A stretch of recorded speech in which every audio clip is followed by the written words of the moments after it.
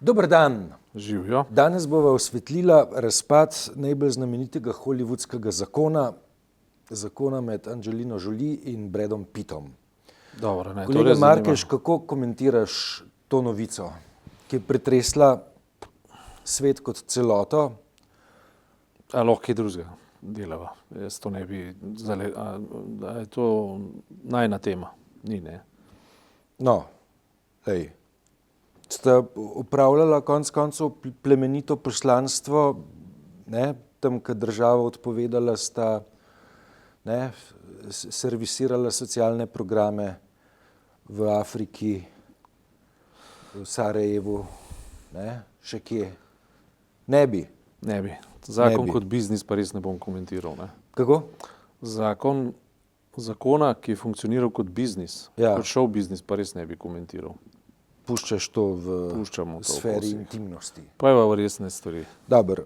A se boš opisal v Združenje za slovensko besedo, novo društvo pisateljev, ki je pravkar najavilo svojo ustanovitev?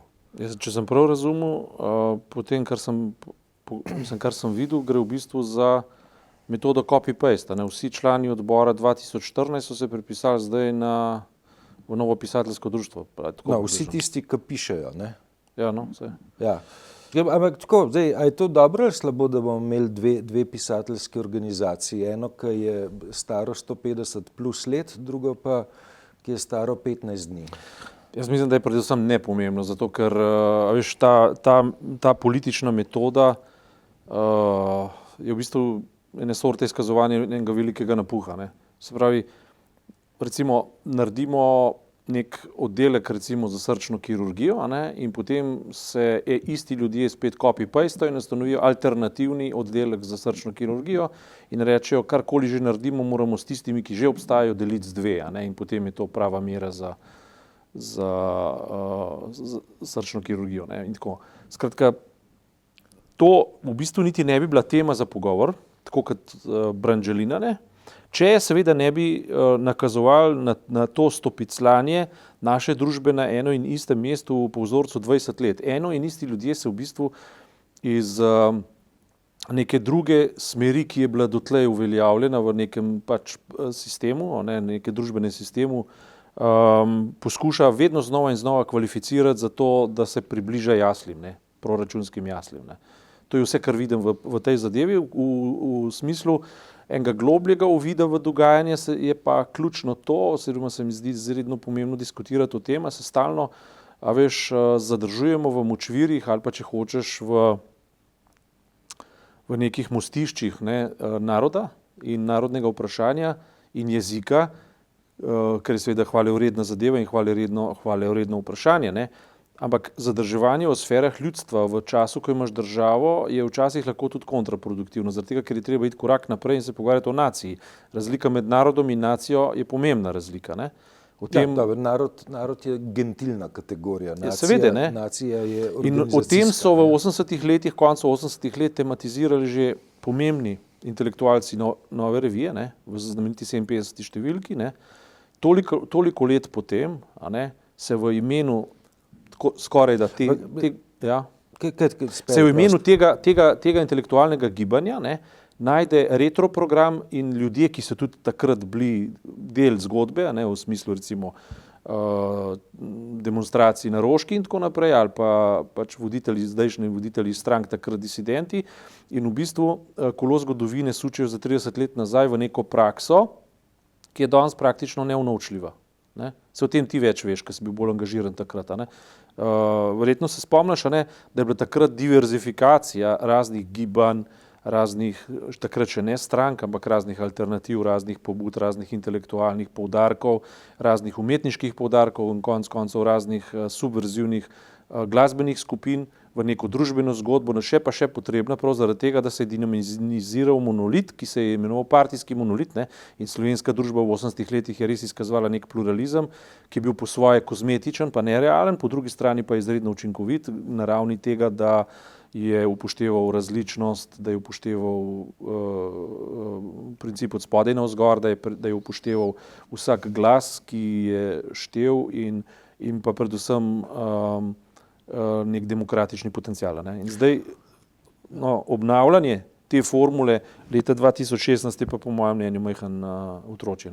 No, mislim, meni je to zanimivo, veš, ker se postavljajo, ne, pač dobro, ne, imamo neko društvo novinarjev z ne vem koliko desetletno tradicijo, pa se potem pojavi Združenje novinarjev in publicistov. Ne. Imamo društvo pisateljev s 150-letno tradicijo, ne, pa se pojavi pač neka paralelna organizacija. Ne. Pač imamo, ne, se bi lahko te paralele naštevali, mi pa pelje pač v veš, neke take potem ali paralelne ali podvojene svetove civilne družbe, ali ima podvojene tudi civilno-družbene mreže. Ne.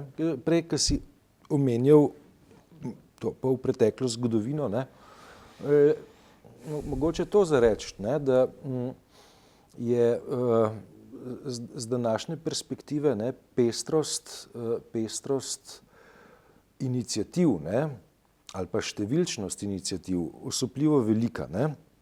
Po drugi strani je pa treba vedeti, da je znotraj teh zelo številnih iniciativ v resnici delovala precej omejena množica ali pa omejeno število posameznikov. Ne. Zdaj, če karikiram, ne, obstajalo je 50 iniciativ, v katerih je delovalo 40 posameznikov, zaradi tega, ker so ljudje hkrati delovali v 3, 4, 5. Ne. Ne, recimo, ne, nekdo, ki je bil član mirovnega gibanja, je nekako se skoraj da spodobil, da je hkrati tudi član duhovnega gibanja, ki je neka druga pravno-formalna organizacijska oblika, ne, ampak ne, potem se je zdelo, ne, kot da imamo dve ogromni gibanji. V resnici smo imeli pa 5 ljudi v enem, pa 5 v drugem, pa v presečni množici še ne 3. Ne. Mislim, pri temle, ne, pletenju neke nove civilno-družbene mreže se prav tako zdi, ne, da nastaja neka zelo številčna množica civilno-družbenih iniciativ. Jaz bi konec koncev to, da je civilno-družbenih iniciativ veliko, bi pozdravil, ne. Ampak ne, nekdo, ki je v zboru za republiko, ne, je potem hkrati tudi v Združenju za slovensko besedo, ne, pravi novi pisateljski organizaciji, pa v, ne vem,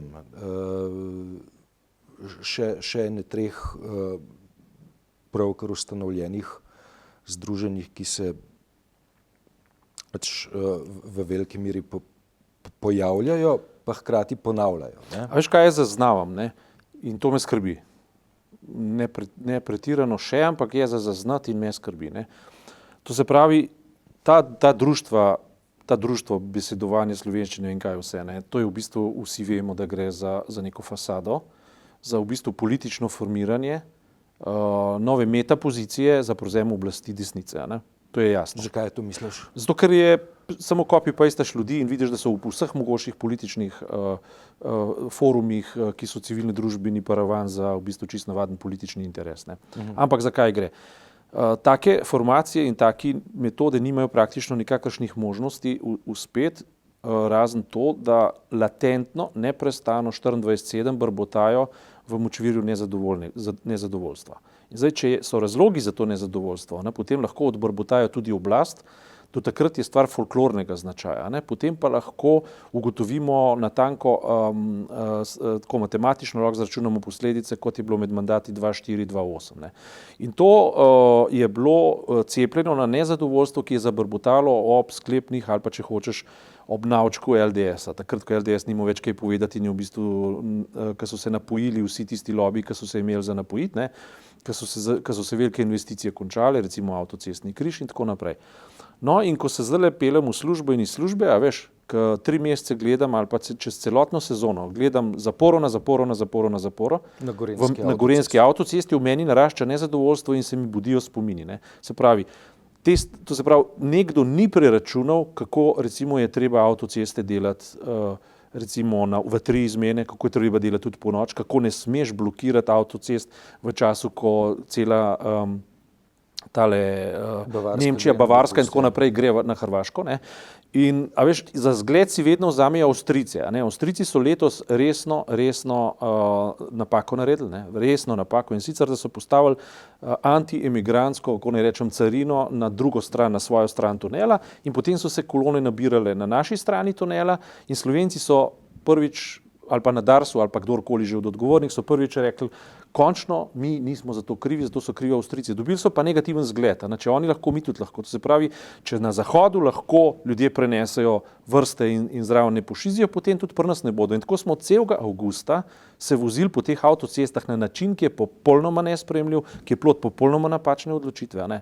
Naslednja poteza od tega, ko se bo enkrat, ko se bomo se pravi, nobene kompetitivnosti niso pokazali, nobenega globljega premisleka, nobene učinkovitosti in nobenega ne vem česa. Naslednja poteza od tega dejstva, ki ga že poznamo iz obdobja LDS-a, je to, da zato, ker nihče ne izvaja pritiska, ker sedma sila nič ne naredi, zato, ker se mediji enostavno, novinarji s tem ne spopadamo bolj kot vse, ker javnost nekako nič ne reagira, ker je otopela, je zelena luč za to, da se znotraj velikih proračunskih zgodb okrog obnove avtocest, ki zdaj potekajo v nenormalno velikem obsegu, da se začnejo iskati zalivi, kje je mogoče izolirati kapitalske zgodbe, kjer je mogoče koncesije delati, kjer je mogoče delati velike posle. Ves čas smo imeli afere. Cestnina.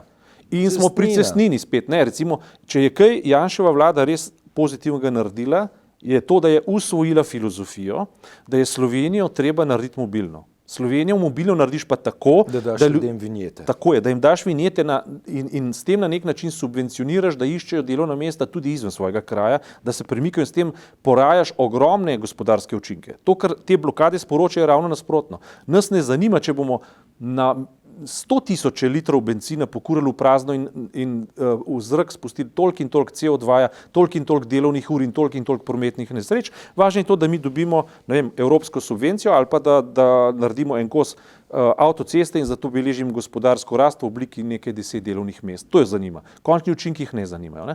In potem, ko bo to brbotanje nezadovoljstva, in potem bodo, seveda, naslednja poteza bo že tisto, kar se je govorilo, in to me premočno spominja na LDS, pa na tiste ABC, če se spomniš. ABC tiste. Ja, spomnim, ja. No, in potem si se peljal tam skozi tisti avtomat in ti je evre odštevali. In tako so vozači morali plačati tudi 1500 evrov na leto, zato da so se v službo pripeljali. Medtem se je pa nesramna količina denarja akumulirala zato, da so potem ta denar po političnih kanalih lahko delili kot se je izkazalo, celo v korupcijo, in tako naprej. A veš, in to je nekaj, kar jaz povezujem s tem latentnim brbotarjem, ko se potem pa ljudje rečejo, zdaj imamo pa tega dost, a veš, in jih nekdo z nekim latentnim brbotanjem v močvirju čaka v zasedi, reče, zdaj bomo dali pa priložnost temu. Potem, kot se je izkazalo, pretekli pa smo spet ob 10 let. In to je večno ponavljanje večnega kroga v popolnoma napačno smer. In to me začenja skrbeti, zato ker zdaj Sloveniji spet gre dobro. A veš, in namesto, da bi optimalizirali način življenja, da bi vzpostavili mehanizme checks and balances, se pogovarjamo o kategorijah ljudstva, namesto da bi se z jezikovno komponento uredili, namesto da bi se pogovarjali v kategorijah nacije in pa države. In to, ko vidim, kako se v bistvu prepirajo o sodniških mestih, pa o sodniških izvolitvah in tako naprej, kaže na nek način, da tudi tisti, ki imajo monopol na ekspertizo ali tisti, ki imajo monopol na to, da upravičen monopol, da povedo, kaj je prav v neki stroki, konkretno sodstvo to je, Ja. da pravzaprav države nekako ne jemljajo preveč resno, pa bi jo morali, da je nek karierizem bolj pomemben kot pa recimo strokovnost. Mislim, če govoriš o tem, veš, kako je sodni svet zavrnil brez obrazložitve nadaljevanje postopka za dva kandidata, ki sta predtem dobila pozitivno priporočilo občne seje Vrhovnega sodišča, zadeva res nenavadna. Tam občna seja Vrhovnega sodišča, ki je najširši kolegijski organ vrhovnih sodnikov, ki znotraj sebe pogledajo, ali obstaja osebnost, ki bi lahko peljalo Vrhovno sodišče, se zgodi celo presenečenje, pa najdejo dva, ne, ta priporočila pošljajo naprej, pa sodni svet brez obrazložitve oba zavrne, oziroma edina obrazložitev je, da sta bila neprepričljiva. Ne. To, da oblastni organi tako oziroma oblastno strokovni organi v tem primeru, ne, tako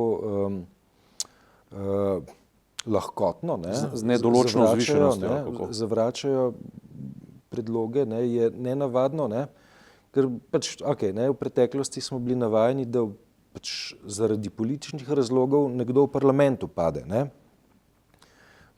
Pač obrazložitev v parlamentu je, ne, 46 proti, 44 za in je to, ne. Medtem ko pri sodnem svetu, ne, pa pričakoval, ne, da tako malo razčlenijo, ne, kaj je. To ti dam prav, ne. Ker, veš, še enkrat ponavljam, kar me začenja skrbeti in se mi zdi, da upravičeno in da bo tega vedno več, ne, je natanko to, ne, da na eni strani imaš to latentno brbotanje, ki čaka v zasedi za to, da priplavajo trupla in prevzame oblast, na drugi strani imaš pa državo, ki v bistvu na nek način privzema neoliberalni vzorec elitizma, v katerem tisti, ki se pririne bližu, mu lahko standard zelo odskoči. Bodi si klansko oziroma rečemo stanovsko, bodi si individualno, bodi si kakor politično, kakorkoli že, ne.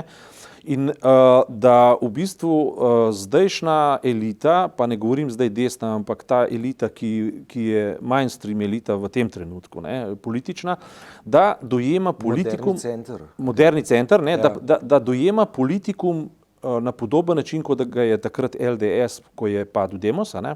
To se pravi, da ga dojema na način, da se je mogoče zdaj nekako privzigant, dati nek neoliberalen poudarek in ljudi jemati predvsem kot ovce, ki jih je mogoče strišti, ne. Se pravi, prava metoda za pravo stvar, lahko si ugledamo Švico, če se zgledujemo po tistih, ki so pokazali rezultate, lahko se zgledujemo po Švedski, po Skandinaviji celotni in tako naprej, pa je natanko ta, ne, da je treba ves uspeh, ki ga država premore, vrniti v ljudstvo nazaj. A ne? Se pravi, in neko filozofijo zasledovati, zato sem prav začel z temi avtocestnimi cestninami, ne. Treba je ljudem z neko filozofijo omogočiti, da funkcionirajo v državi, ne da se počutijo lupljeni na vsakem koraku in da se na drugi strani napihuje neka potencialno koruptivna zgodba, a veš, ki je kraljestvo lobijev, ki je kraljestvo, mislim, ne bom zdaj omenil tistega degutantnega prispevka na nacionalni televiziji, ko so čakali v zasedi Janeza Zemljariča in tako naprej, ker ta teden, ne, ki je, bom rekel, dno novinarstva, ne, res slab, ne. Ampak lahko se pa spominjamo iz preteklih 20 let natanko na to smer lobijev, ne, ki so praktično obvladovali državo, ne, na nek način. In zdaj je v bistvu ideja alternative politične uravnoteženje lobijev, ne pa optimaliziranje države na ravni državnosti, to se pravi na ravni nacije, ne, na ravni vladavine prava, na ravni ne samo vladavine prava, ampak tudi tako imenovanih checks and balances, ne, se to ti bolj že znaš kot jaz, ne, se pravi, da se v bistvu da se mehanizmi med sabo nadzirajo, da se kontrolirajo, ne. Sile moči se morajo vedno nadzirati, ampak ne enosmerno, ampak vzajemno, ne. In zaenkrat ni znakov ali pa razlogov za kakšen velik alarm, a ne, jaz se tega zavedam, a ne, ampak tisto, kar pa človek že zaznava, ga pa skrbi, ne, in v tem smislu je mogoče pravilen čas, dokler je še dost embrionalna faza tega dogajanja, ne, da se o tem spregovori, oziroma da se to stalno tematizira, ne, v tem smislu, to je pravzaprav tudi naša naloga, ampak če sva na začetku spregovorila o nekem dogajanju, ki ima folkloren značaj, ne, recimo naredijo spet neko alternativno društvo pisateljev in tako naprej, ne. V zadnji instanci ne gre za popolnoma nič drugega, kot za politično namero ponoviti ali pa vzpostaviti razmere iz 80-ih let, v katerem se lahko dogajajo nova in nova revolucionarna dogajanja, ne. In revolucionarna dogajanja so vedno dobrodošla, vendar so dobrodošla na realnih osnovah, ne pa na počističnih osnovah za reprodukcijo lastne politične moči, ne. In v tem primeru smo na ravni te alternative iz desnice v retrogradnem programu, nismo v progresivnem programu. Revolucija je v bistvu napačen izraz za to. To bi bilo v bistvu, vračanje na pozicije, ki so preživete. Medtem ko na ravni modernega centra, predvsem zaznavamo lahko potencialno ponavljanje že videnih in starih napak. Iz 90-ih. Ja, tako je, iz 90-ih, med 90 in 2000. In tretja komponenta, to je pa tisto, kar pa zaenkrat nimam večjih negativnih besed k Novi levici, predvsem verjetno tudi zaradi tega, ker ni v poziciji, da bi napake lahko večje delala, ampak to, da vzdržuje načelo enakosti v temeljnih socialnih zadevah, pa v zdravstvu, pa v šolstvu, to pa kaže pozdraviti. Se pa včeraj z interpelacijo so pa kar pogoreli, Mislim, je trajala sicer 13 ur, ampak za odstavitev ministra za infrastrukturo je vsega skup ducat ljudi glasovalo, ali še manj, Ja. Tako da, nekaj argumentov so lahko povedali. Nekaj bi se politiki vsi slovenski lahko naučili. Mislim, recimo, midva sva politične živali, se zanimava za politiko.